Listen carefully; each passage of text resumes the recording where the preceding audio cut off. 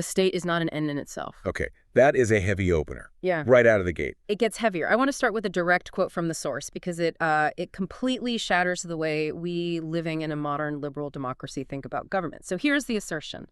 The state is merely a vessel. A vessel. Okay. And here is the kicker. A state can have a flourishing economy, a perfect administration, trains running on time, low crime, and still be, in the words of the author, a monstrosity. A monstrosity. I mean, how, even if the economy is booming and everyone's safe? Explicitly, yes. He argues that if that state does not preserve the specific racial core of its people, it is, practically worthless. It's a dead mechanism. Failed. It is a monstrosity because it's a shell without a soul. That's the core idea. Which is, well, hold on. Let's stress test this immediately, because if you ask the average person on the street today, or, even a political philosopher from the liberal tradition, or a CEO, what is the point of the state? What's the KPI of a government? They'd say GDP, public safety, unemployment numbers. Exactly. Law, order, prosperity. Can I pay my mortgage? Does the garbage get picked up on Tuesdays? Is the wifey fast? If the answer is yes, we call that a good government. Right. And what we are diving into today is a text that calls that entire worldview the bourgeois view, the peace and order view. And the author absolutely despises it. Despises it. He argues that a band of pirates or a tribe without any technology could technically have a superior state structure than a civilized Western nation. How does he make that leap? If that tribe is fiercely dedicated to preserving its own blood, while the civilized nation is, in his words, letting itself decay through mixing. Wow. Okay, so it's a terrifying inversion of values. Yeah. Essentially is saying civilization, all the things we value, like art, science, economic stability, those are all secondary. They're byproducts. The primary existential mission is purely biological preservation. Exactly. And if you fail at that, nothing else counts. The whole structure is meaningless. It sets the stage perfectly for what we are doing today. Because we aren't just reading a biography here. This isn't just a history book about 1926. We are looking at a manual. Right. And welcome back to MindMap HQ. We are diving deep today. And today we are doing something difficult, but I think essential. We are deep diving into Mein Kampf Volume 2. Now, we covered Volume 1 previously, which was largely autobiographical, Hitler's childhood, his Vienna days, the war. But Volume 2... this is different. Yeah, Volume 2 is a different beast entirely. Volume 1 was the origin story. It was Here's Why I Am So Angry. Volume 2, which he wrote around 1926 after he got out of Landsberg prison.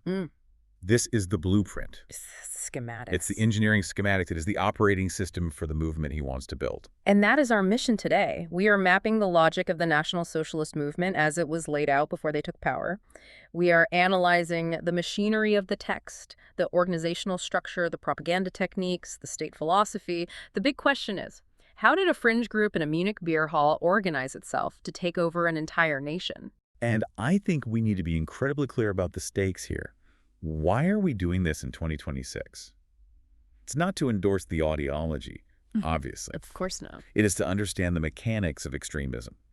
Because this book, whether we like it or not, explains the weaponization of mass psychology. It explains why they rejected majority rule. It explains how they use the spoken word to override critical thinking. Right. It's a playbook. It is a map of a takeover. And if you don't understand the map, you don't see the terrain coming. So let's open the manual. We are going to break this down into the core components, the state concept, the educational factory, the citizen, and then the dark magic of propaganda. Let's start at the bottom of the pyramid, the foundation, the Volkisch state. Der Welkische Staat. This term appears constantly, and frankly, the text admits right up front that the term Volkisch or Volkisch is incredibly vague. He's actually quite funny about this in a dark way. He complains that everyone in 1920s Germany was calling themselves Volkisch. It was like how companies today use the word sustainable or innovation. It was a buzzword. It meant everything and nothing. It was just a vibe. Right. And he compares it to the word religious. Exactly. He says, look, you can have a religious feeling. You can stand in the field and look at the sunset and feel, religious. But that feeling doesn't build a cathedral. That doesn't launch a crusade. That's a good analogy. Being religious doesn't mean anything until you join a specific church with specific dogmas and a specific hierarchy that can channel that feeling into action. And he says folkish is the same. It's just a sentiment, a nostalgia, until it is codified into a political fighting force. Which brings us right back to that vessel metaphor from the beginning. This is the absolute core of the operating system he's trying to install. The vessel versus the contents. Right. Imagine a beautiful, ornate, ancient cup. The state is the cup. The race, specifically the Aryan race, in his view, is the water inside the cup. Okay. He says the cup only exists to hold the water. You don't worship the cup. You don't obsess over the cup's design. The cup is a tool. The water is the sacred thing you must preserve. And his argument is that the current German state, the Weimar Republic, was a cup that was leaking, or a cup that was holding poison. Worse. He thought it was a cup that people were worshiping just because it was a cup. Yeah. He actually breaks down 3 distinct conceptions of the state that were fighting for dominance in the 1920s. This breakdown is fascinating because it shows how he positioned his movement against literally everyone else. Let's map those out. So concept number 1. Concept number 1 is what he calls the voluntary or bourgeois state. This is what we talked about in the intro. The state exists to ensure public safety, regulate the economy, and make sure contracts are enforced. It's the service provider state, the government as a utility company. Yes. And he mocks this relentlessly. He calls it a mechanism. He says looking at the state this way is like worshiping a vending machine. If the vending machine gives you your candy bar, you like it. If it jams, you kick it. There's no loyalty. There's no loyalty. There's no sacred duty to a vending machine, and you certainly wouldn't die for it. Which is a valid critique of modern democracy in a way. It can be very transactional. We pay taxes, we expect services. We don't necessarily feel a spiritual bond to the DMV. Exactly. And Hitler recognized that a transactional state is weak because nobody will die for a vending machine. It has no higher purpose. So that's the view he's attacking from the liberal side. What about concept number 2? Concept number 2 is the state as an end in itself.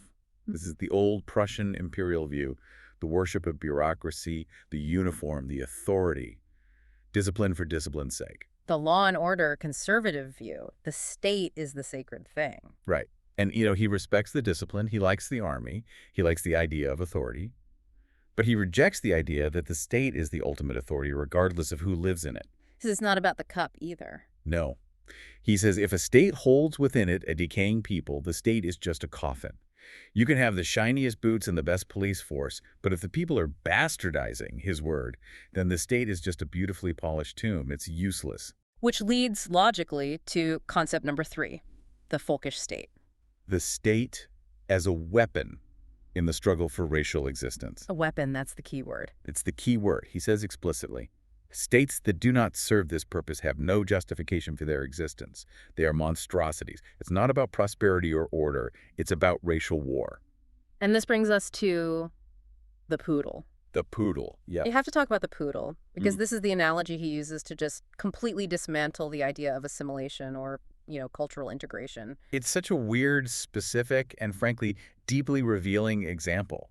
But it perfectly encapsulates his racial theory. So he's arguing against the liberal idea, and really the American idea, that anyone can become a citizen if they learn the language and follow the laws. The melting pot idea. He despises the melting pot. He thinks it's a catastrophe. He says, look, you can train a poodle to do tricks. You can train a poodle to walk on 2 legs. You can put a little hat on it, but it doesn't become a human. It's just a performance. It's just a trained poodle. And then he pivots to humans. And this is where the text gets incredibly ugly. Yeah, it becomes very explicit. It gets visceral. He mentions Zulus or Hottentots, referring to Africans. Yeah. He says you can train them to be lawyers. You can dress them up in German coats. You can teach them German grammar. But it is a sin against the will of the Creator. A sin, he uses that specific word. Because in his view, you are just training a poodle to act like a German. It's a mechanical drill. It's imitation. It's not real intellectual creation because in his view, the creative spark, the thing that builds civilizations, is biological. It's in the blood. It's in the blood. It cannot be learned. It cannot be transferred. This is so crucial to understand. He isn't just saying, I don't like foreigners. He is building a framework that says Germanness is a biological reality, not a cultural one. You cannot become German. You are either born one or you aren't. End of story. And that leads directly to his obsession with bastardization. He looks across the border at France, and he sees an absolute nightmare unfolding. The negrified state. That is his phrase. He calls France an African state on European soil. And you have to remember the context here. After World War I, France used colonial troops from Africa to occupy the Rhineland in Germany. And for him, this wasn't just a military occupation. No, no, no. It was a biological attack. He claims in the text that the Jews brought Negroes to the Rhine intentionally Intentionally? For what purpose? to destroy the white race in Europe by bastardizing it, by mixing the blood. He sees France as racially committing suicide, and therefore, he argues, France is the mortal enemy, not just for political reasons like borders or reparations, but for biological reasons. It's an existential threat. France represents the chaos of blood mixing. Germany must represent the purity of blood. That's the conflict he sets up. So if the state's only job is to prevent this chaos and, breed a master race, how do you actually run that state? What does the factory look like? That brings us to the educational system. The factory of the folkish state. This section is, well, if you value the liberal arts, if you value critical thinking, if you value the idea of the Renaissance man, this is a horror show. But if you want to build a soldier, it's a manual. It is explicitly, proudly anti-intellectual. Explicitly. And we need to put this in context. 1920s Germany had arguably the best education system in the world. The German universities were the envy of the planet in physics, chemistry, philosophy. The intellectual powerhouse of Europe. Absolutely. But Hitler looks at all of this and says, it's garbage. Why? What's his reasoning? Because it produced the Weimar Republic. It produced weaklings. He says the system pumps people full of knowledge, but they can't make a decision. They are know-it-alls who lack the will to fight. They're what he calls intellectual acrobats. So he flips the hierarchy Yeah. completely upside down. Right. In a normal school, maybe intellect is priority number 1, character is number 2, and physical fitness is number 3. Hitler just reverses it completely. Priority number 1, physical health. A healthy spirit in a healthy body. But he takes it to a Spartan extreme. He says he would rather have a man with little knowledge but a strong body and firm character than a clever weakling. He wants absolute physical robustness. The state is not there to breed scholars. It's there to breed healthy specimens for the race. So, after the body is perfected, you move to priority number 2, character. And by character, he means a very specific set of things.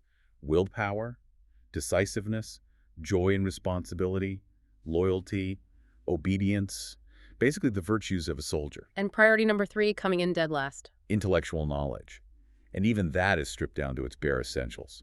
He specifically complains about overloading the brain with useless facts. He has this whole rant about how schools teach things that the student forgets 2 years later, which, Which, to be fair, is a complaint every high school student has had for the last 100 years. Why do I need to learn calculus if I'm going to be a plumber?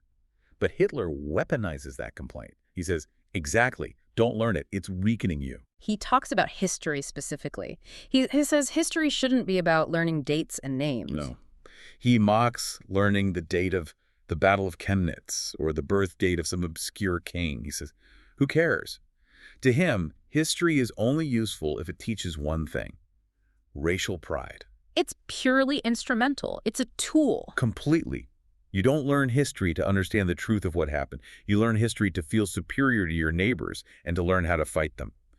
It is history as a weapon. And speaking of fighting, there is one very specific detail in the education section that I think reveals the entire psychology of the movement: the sport requirement. He doesn't just say play sports. He advocates for one sport above all others. Boxing. He loves boxing. He is obsessed with it. And we have to understand the class coding here. In 1920s Germany, if you were an educated upper-class university student, you fenced. Fencing was elegant. It was precise. It was for gentlemen. You'd get a little scar on your cheek. And it was a badge of honor. And Hitler hated that. He despised it. He calls fencing respectable. And he basically spits the word out on the page. He doesn't want respectable. He wants brutal. So why boxing? What's the specific appeal? He explains it beautifully in his own twisted way. He says boxing requires lightning-fast decisions. You have to think and react while someone is actively trying to punch you in the face. It teaches you to take a blow and keep standing. It builds resilience. Exactly. And he writes, and this is a direct quote, "It is not the purpose of the folkish state to raise a colony of aesthetic pacifists." Aesthetic pacifist, that is quite a burn on the intellectual class. He wants men who can beat people up in the street. He's very, very clear about this. He wants the German boy to be hard as Krupp steel. He is designing a curriculum from the ground up to create stormtroopers. It's practical violence. He's training the SA in the gymnasium. Exactly. And there's a massive irony here, isn't there?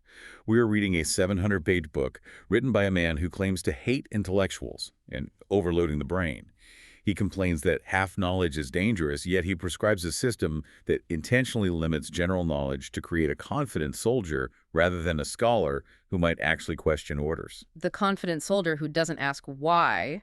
That leads us perfectly to the status of the people living in this state, because not everyone gets to be a full member of the club. No, not at all. And this is really important legal distinction he draws. It's not one homogeneous mass of people. He breaks the population down into three very distinct tiers. Let's start at the top. Tier 1, the citizen. This is the elite, the master of the Reich. To be a citizen, you have to be male, healthy, racially pure, and, this is the most important part, you must have completed your military service. So you don't just get citizenship by being born. Absolutely not. You earn it through the army. Only the citizen has political rights.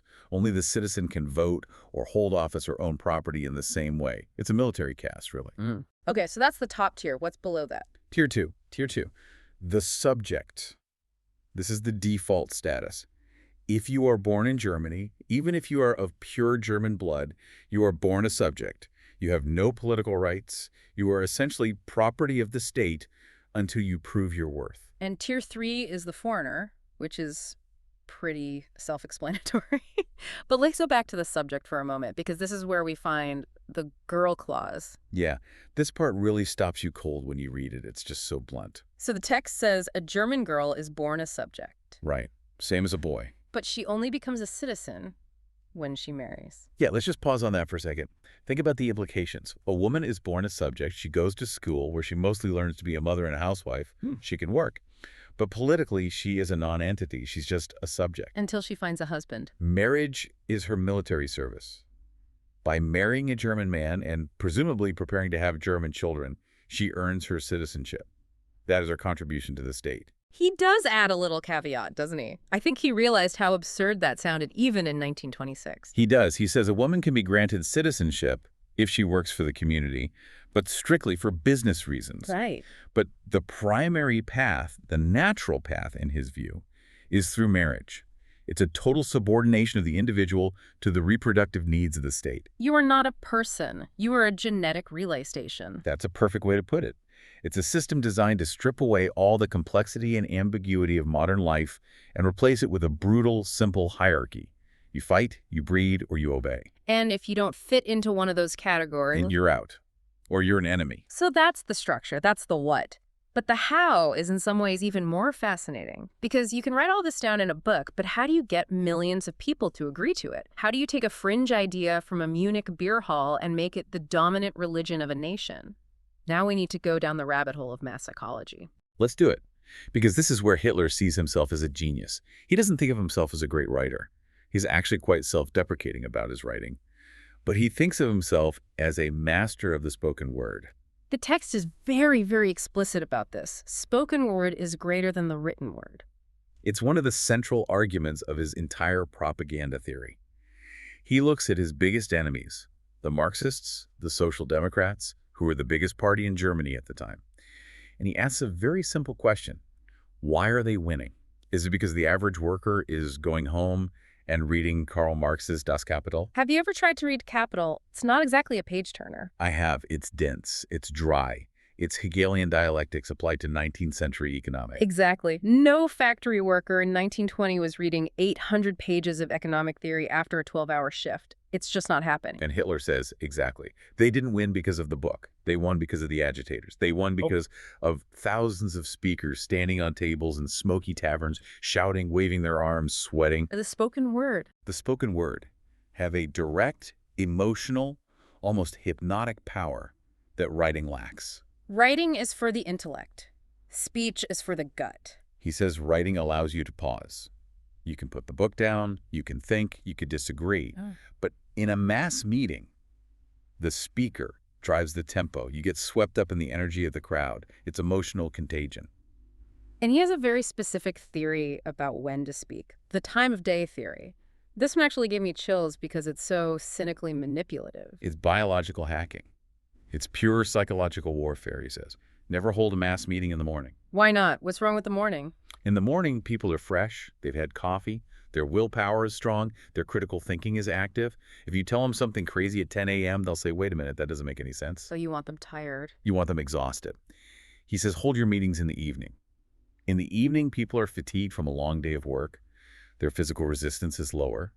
And he argues that when your physical resistance is low, your spiritual defenses are also down. You're more suggestible. You succumb to the dominating will of the speaker. He literally calls it a wrestling match between two wills. The speaker wants to imprint his will on the audience. And he wants the audience weak before he even steps on stage. He wants them in a twilight, half-hypnotic state. It reminds me of how cults operate. Sleep deprivation, long sessions, emotional bombardment. It's the same toolkit. It's exactly that. He is industrializing cult tactics for politics. It's mass-market brainwashing.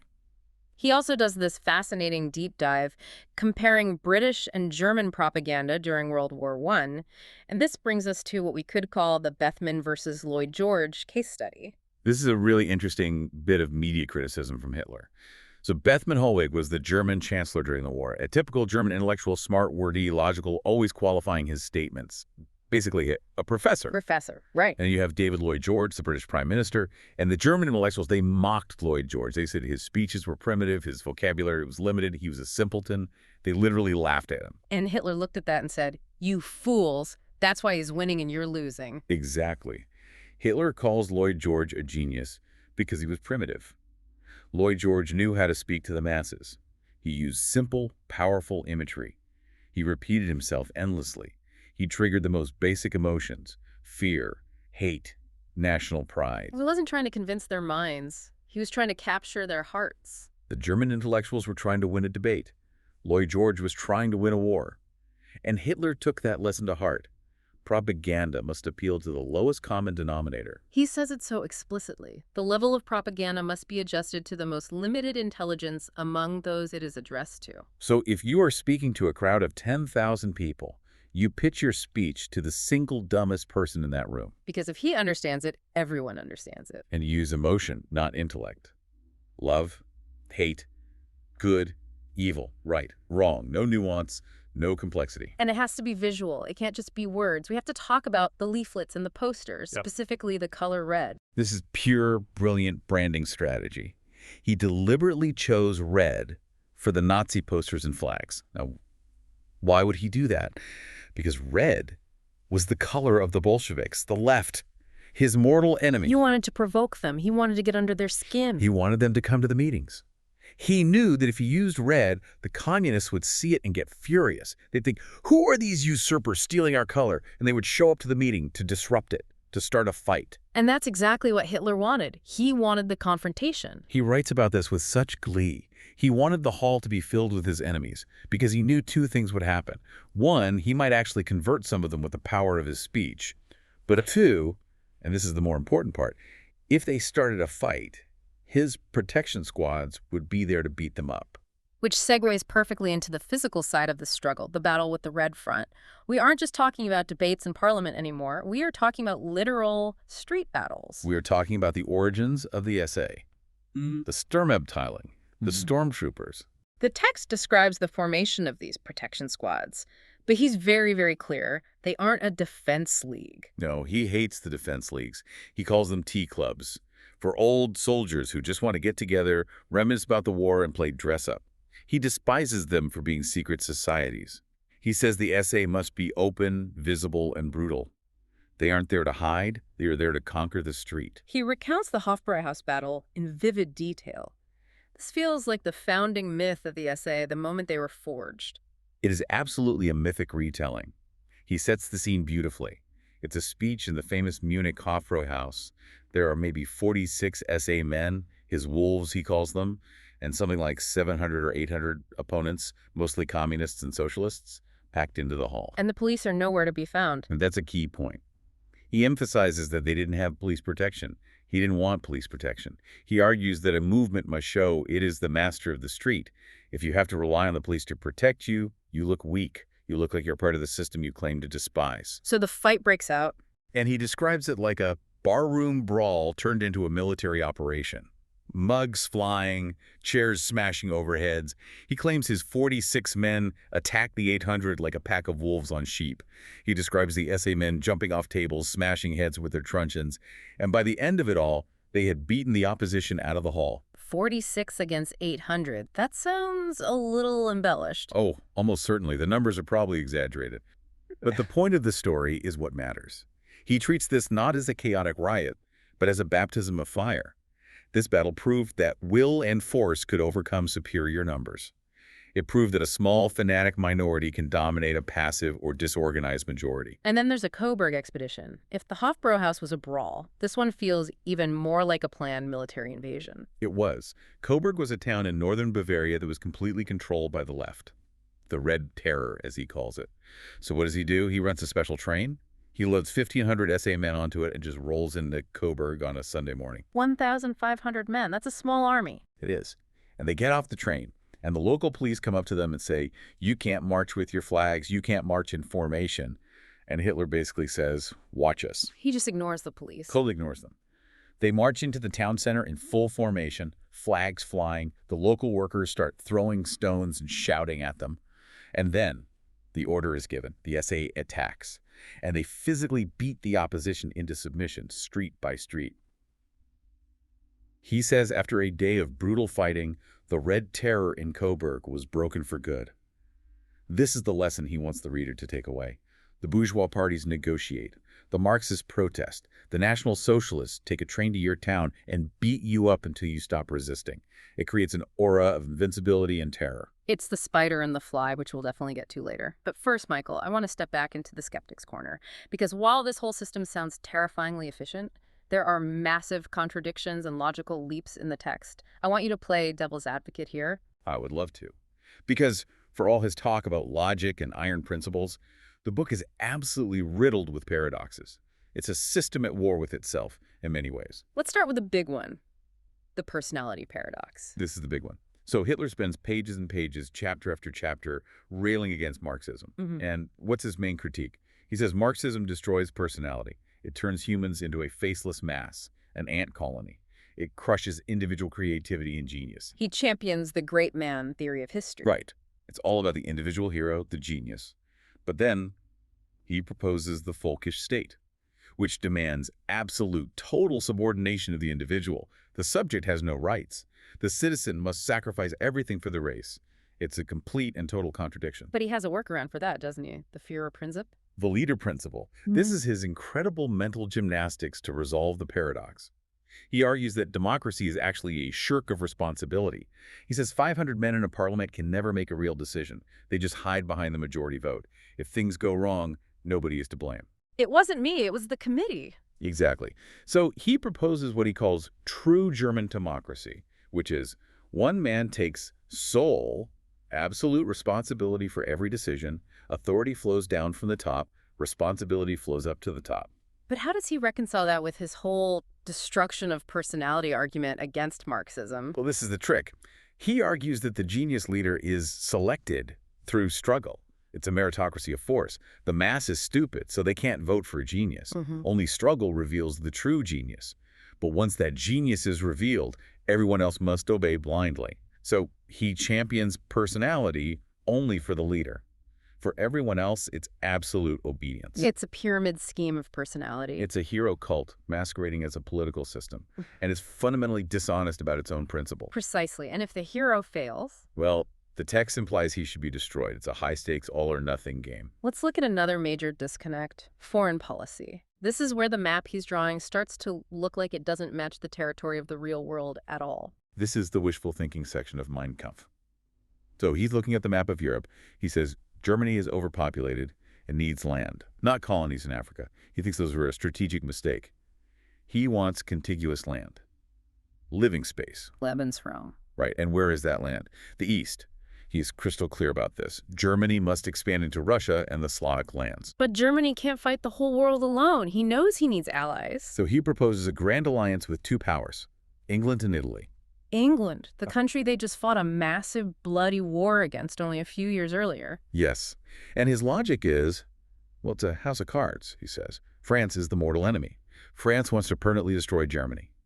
England, however, just wants a balance of power in Europe. England doesn't want France to be too strong. Therefore, England will ally with a resurgent Germany to check French power. And what about Italy? He admires Mussolini. He sees fascist Italy as a fellow ideological traveler, also fighting against Marxism and democracy. So Germany, England, and Italy against France and Russia. That's his dream coalition. He assumes that shared anti-Marxism or anti-Semitism would be enough to bind them all together. He projects his own obsessions onto British foreign policy, he thinks. The Jews are secretly controlling Russia and trying to control the world, so England will eventually wake up and join us to fight the Jews. He totally underestimates British pragmatism and their deep-seated fear of any single power dominating the continent. Right. England would never allow a single power to swallow the entire European landmass. That has been British foreign policy for 400 years. But Hitler ignores that fundamental reality because it doesn't fit his racial worldview. He's seeing the world through race goggles and makes him blind to the geopolitical reality. And that, historically, was a fatal, catastrophic error. The most fatal error of all. So we've looked at the machinery, we've looked at the glitches. Now let's do the ROI verdict. Good billionaire, bad billionaire style. We strip away the morals for a second and just look at the efficiency of the system. What are the 3 non-negotiable takeaways from this text? If you strip it down to the bare metal, the core operating code. Bare metal. Okay, takeaway 1. Structure is the leader principle. Total rejection of committees, total rejection of majority rule. One man decides. It's built for speed and decisiveness over consensus and deliberation. Takeaway 2. Method is propaganda. And specifically, propaganda is emotion, not intellect. Don't teach. Convert. Use the spoken word. Use the evening. Use the color red. Hack the psychology of the masses relentlessly. And the final, most important takeaway. Takeaway 3. Foundation is race. Everything, the economy, the army, the state, the educational system, is just a tool for biological preservation. There is no other reality. That is the beginning and the end of the entire system. Okay. So as the curator, I have to rate this map. I have to look at it as a system. What's the verdict? Is it a foundational map? As a system for seizing power, it is terrifyingly effective. I'd have to give it a very high ROI in terms of political acquisition. He identified a market gap, the nationalist working class who felt betrayed by the left and ignored by the right. He created a distinct, powerful brand, the flag, the uniform, the salutes. And he ruthlessly eliminated the competition through physical acquisition, the essay, Conquering the Streets. It is, without a doubt, a foundational map for understanding how to dismantle a democracy from the inside out. I agree with all of that. It's chillingly effective. But as the explorer, looking at the long-term viability, I see a self-destruct mechanism built into the very core of the system. Where do you see it? In its absolute rigidity. Right. The poodle analogy. The rejection of objective reality in favor of racial truth. If you build a state that rejects science, real science, not folkish science, and rejects diplomacy, and rejects the intellectual capacity of its own citizens, you are not building a state. You are building a bomb. It might explode outward first and do incredible damage, but eventually it always explodes inward. Joe, is it essential wisdom? It is essential wisdom. Only in the sense that a warning label on a bottle of poison is essential wisdom. It reveals how fragile civil politics are. It shows us that if you rely on law and decency and playing by the rules, and your opponent relies on violence and fanaticism, you will lose every single time, unless you wake up to the game being played. That leads us to the final thought. The one thing our listeners should take away from this entire deep dive. For me, it has to be the spider and the fly concept. Explain that one deeper. We touched on it, but it's absolutely crucial. The text describes, with chilling clarity, how the movement utilized the protection of the law until they were strong enough to smash the law. They knew the Weimar democracy guaranteed freedom of speech and freedom of assembly. So they used those rights to organize, to spread their message, to build their army. They used the democracy's own rules to grow a tumor inside it. And once the tumor was big enough, they killed the host. The lesson is, don't assume your opponent plays by your rule book just because he's standing on the same field. The spider uses the web of legality to trap and consume the fly. It is a vital and terrifying lesson in political strategy. For me, the one thing is the obsession with decision. There is a quote where he just rails against the 51% probability general, the general who waits for all the data, who needs certainty. He says cowardice is usually covered up by the word caution. He demands action, even if it's wrong, because action creates momentum. And in a polarized, chaotic world, the side that acts even recklessly often dictates the terms to the side that hesitates and waits. Decisiveness is a weapon in itself. Exactly. It's a force multiplier. This is a heavy one, a really heavy one. It was, but necessary. If you want to see the visual breakdown of the three-state concepts or the 4 stages of propaganda we discussed today, head over to the MindMap HQ YouTube channel. We've mapped it all out so you can see the machinery in a different way. And remember, understanding the map doesn't mean you have to like the territory. In fact, sometimes you have to understand the map precisely so you can avoid the territory at all costs. Keep mapping. And stay curious.